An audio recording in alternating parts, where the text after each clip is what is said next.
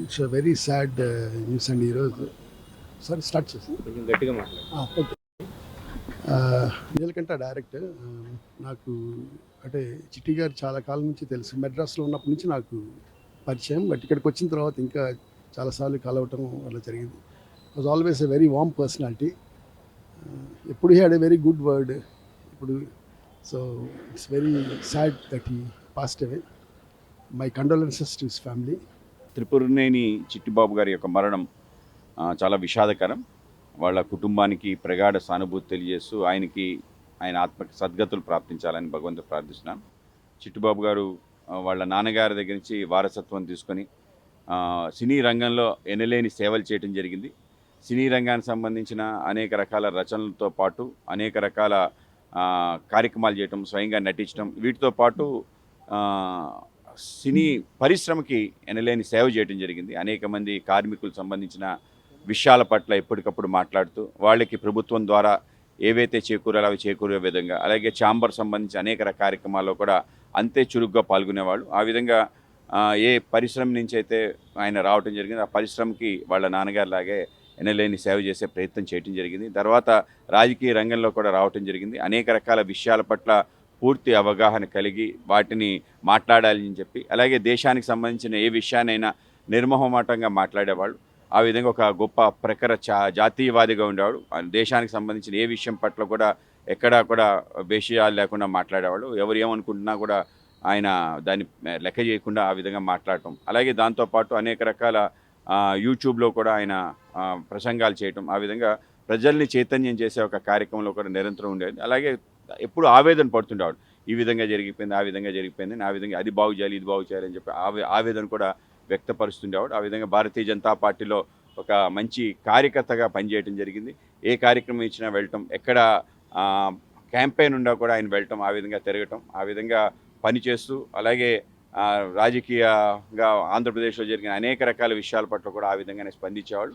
ఆ విధంగా పోరాటం చేస్తూ సుదీర్ఘకాలం పాటు అనారోగ్యంగా ఉండే సుమారు ఐసీయూలో ఒక 6 నెలల పాటు పోరాటం చేసి బయటకు వస్తాడంటే ఆయన చాలా స్ట్రాంగ్ మ్యాన్. ఆ విధంగా బయటకు వస్తాను కూడా. కానీ నిన్న తెలిసింది ఆ విధంగా ఆయన మరణించారని చెప్పి. ఆయన మరణం ఒక సేవా తత్పరుడు, అలాగే కళామ తల్లికి కూడా సేవ చేసిన గొప్ప వ్యక్తి. ఆయన మరణించడం తీరని లోటుగా భావిస్తూ ఆయనకి సద్గతులు ప్రాప్తించాలని భగవంతుడు ప్రార్థిస్తున్నాను. త్రిపురనేని మహారథి గారి తనయుడు త్రిపురనేని వరప్రసాద్ అంటే చిట్టిబాబుగా ప్రాముఖ్యత పొందినటువంటి ఒక సినీ ప్రొడ్యూసరు, సినీ దర్శకుడు, నటుడు వారు మన మధ్య లేరు.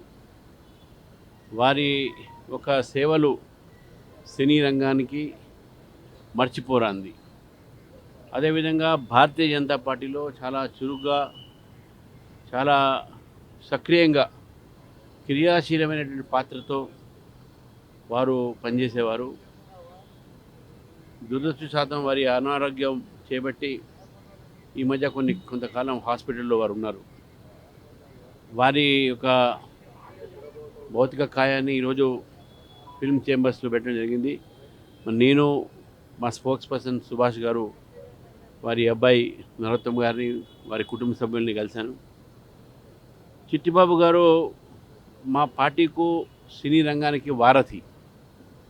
ఈరోజు సినీ రంగంలో ఉన్న పరిచయాలు పార్టీకు అనేక సార్లు అనేక సహకారాన్ని, సహాయాన్ని అవసరం పడ్డప్పల్లా ఎన్నో పార్టీ కార్యక్రమాన్ని కూడా ముందుకు తీసుకుపోయేటటువంటి ఒక రీతిలో వారు పనిచేశారు.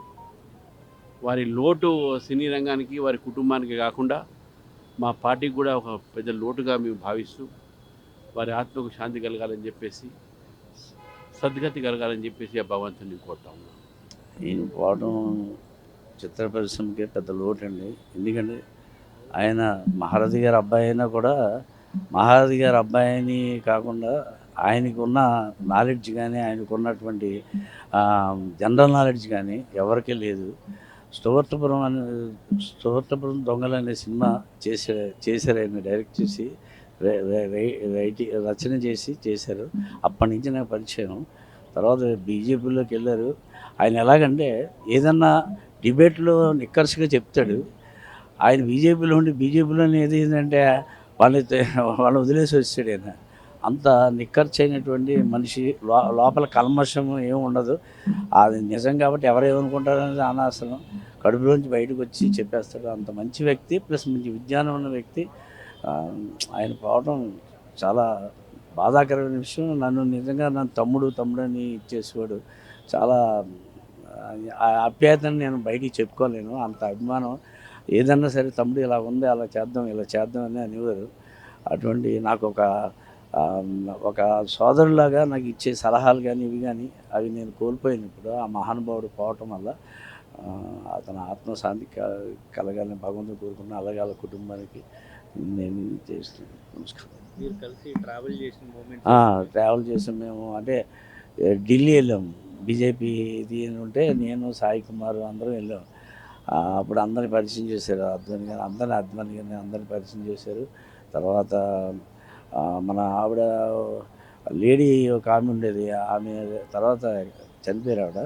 వాళ్ళందరినీ కలిపి చేసిన తర్వాత మళ్ళీ మేము అన్నాడు తమ్ముడు ఈ బీజేపీ ఇది అదని చెప్పి, తర్వాత ఏంటంటే అది కొన్ని నచ్చకపోతే బయటకు వస్తాడు బీజేపీ. వచ్చి తర్వాత మేము ఇద్దరం కలిసి అదే రామజన్మభూమి దీనికైతే అక్కడికి వెళ్ళి మొత్తం అక్షంతలు అవి తీసుకొచ్చి అందరికీ, మా ఇంటికి కూడా వచ్చి మళ్ళీ మా ఇంటికి సాలు కప్పి నాకు, మా మిస్సెస్కి నాకు ఇది అక్షంతలు ఇచ్చి, అంటే అతను ఆత్మీయతని మనం ఇది చేయాలి. రెండోది ఏంటంటే అలా సన్ను చాలా బాగా ఆయన లాస్ట్ 6 నెలల నుంచి చాలా బాధపడుతున్నాడు అనారోగ్యంతో. వాళ్ళ సన్ను అంటే ప్రతి సన్ను తండ్రికి ఇది చేస్తాడు కానీ చాలా కష్టం. అంటే లాస్ట్లో అంకుల్ ఆ బాధ చూడలేకపోయాము, ఆ బాధ నుంచి భగవంతుడు విముక్తి ఇచ్చాడు ఆయనకి అని చెప్పి అన్నాడు. బాబు నేను ఊళ్ళో లేను, నీ గురించి వచ్చాను కదా. ముందు నుంచి మీకు హెల్త్ ఇష్యూ తెలుసా? ఆయన అనారోగ్యం అంటే అబ్రాడ్ వెళ్ళి వచ్చిన తర్వాత? అబ్రాడ్ వెళ్ళి వచ్చిన తర్వాత ఎలాగైందండి తెలియదు నాకు. అప్పటికే హెల్త్ ఇష్యూ ఏం లంగ్ ఇన్ఫెక్షన్ ఏదో, అంటే అది మేము తెలిసేటప్పటికే హాస్పిటల్లోనే ఉంటున్నాడు ఆయన. హాస్పిటల్లో ట్రీట్మెంట్ అవుతుంది. ఎప్పుడో ఒకసారి తీసుకొచ్చారు, మళ్ళీ ఇదైతే మళ్ళీ తీసుకెళ్ళారు. 6 months హాస్పిటల్ ఉన్నారు. చాలా దారుణం అది. అంటే అంతే, భగవంతుడు చాలా మంచి వ్యక్తి. నాకు చాలా బాగా సినిమా ఏదైనా కలిసి చేశారు? లేదు, టుపర్టుపరం దొంగలు చేసేటప్పుడు రామోజీ ఫిల్మ్ సిటీలో చేశారు. అప్పుడు వేషం కోసం వెళ్ళానమాట. తమ్ముడు నువ్వు మంచి ఆర్టిస్ట్ ఇదని చెప్పి నన్ను ఎంకరేజ్ చేసేవాడు. చాలా ఎంకరేజ్ చేసేవాడు.